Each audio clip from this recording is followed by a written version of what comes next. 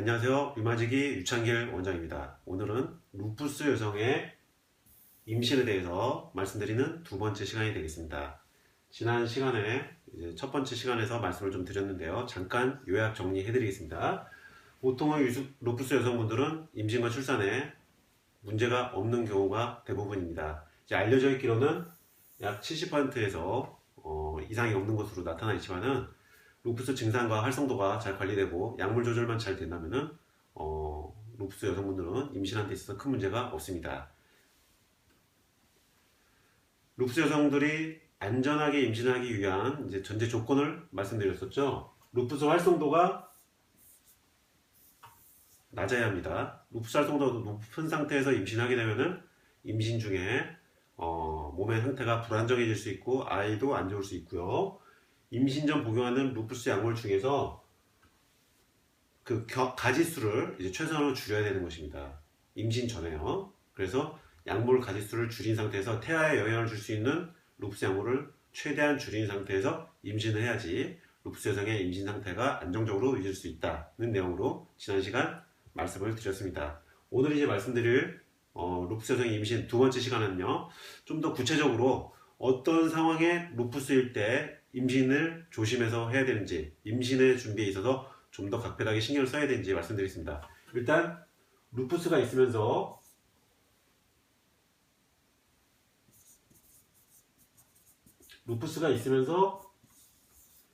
항인 지질항체 증후군이 있을 때 임신에 주의를 해야 된다고 말씀드렸습니다. 항인 지질항체 증후군이 동반된 루푸스의 경우는 조기 유산이 발생된 경우가 많기 때문입니다. 그래서 항인 지질항체 증후군이 있을 때 유산이 되지 않도록 임신 시에 각별히 준비해서 잘 유지를 해야 되고요. 두 번째는 루푸스 신염이 오랫동안 지속되면서 신장 조직이 손상된 루푸스 여성분들인데, 신부전이 나타난 상황에서는 임신에 있어서 좀 각별한 주의를 요하고요.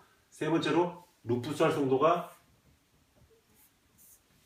높아져 있는 루푸스 신염의 경우에 임신했을 때 주의를 요합니다. 왜냐하면 활성도가 높은 루푸스 신염의 경우는 임신했을 때 신장 염증이 더욱 가속화되는 경우가 있기 때문입니다. 그리고 루푸스 여성분들 중에서 고혈압이 있는 분들, 중증의 고혈압이 있는 루푸스의 경우는 임신 시 주의를 요하고요. 그 다음에 심근염이 나타난 루푸스의 경우도 종종 발생할 수 있는데, 여기 심근염이 있는 루푸스의 경우도 임신 시에 각별한 주의를 요합니다.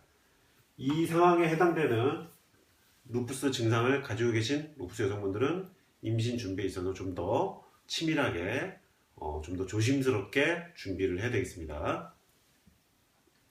그러면 루푸스 여성의 안전한 임신을 위해서 다시 한번 변하지 않는 조건을 말씀드리겠습니다. 루푸스 활성도가 낮아야 한다.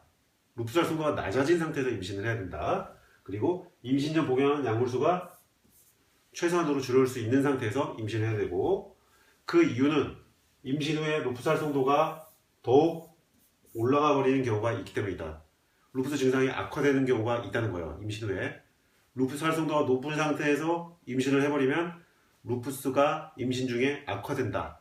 신장이 염증이 더 생겨서 신장 조직이 망갈 수 있고, 그리고 고혈압이 있을 루푸스 여성분들의 경우 임신했을 때 임신 중독증, 고혈압이 동반된 루푸스 여성분들의 경우 잘 조절이 되지 않은 상태에서 임신하게 되면 임신 중에 임신 중독증도 나타날 수 있다. 따라서 오늘 제가 말씀드린 내용 중에서 제일 중요한 건 루푸스 활성도가 낮은 상태에서 임신해야 되고, 루푸스 약물을 최대한 줄인 상태에서 태아에게 영향을 줄 수 있는 루푸스 약물은 끊은 상태에서 임신하는 것이 좋다. 이 두 가지가 핵심이고요. 아까 말씀드린 항인 지질항체 증후군, 신염이 동반돼서 신증후군이 나타난 경우, 신부전이 나타난 경우, 그리고 루푸스 신염, 활성도가 높은 루푸스 신염, 고혈압, 심근염이 있는 루푸스의 경우는 임신에 있어서 조심을 해주셔야 됩니다. 이상 루푸스 여성의 임신에 대한 두 번째 시간으로 말씀을 드렸습니다. 류마지기 유창길 원장이었습니다.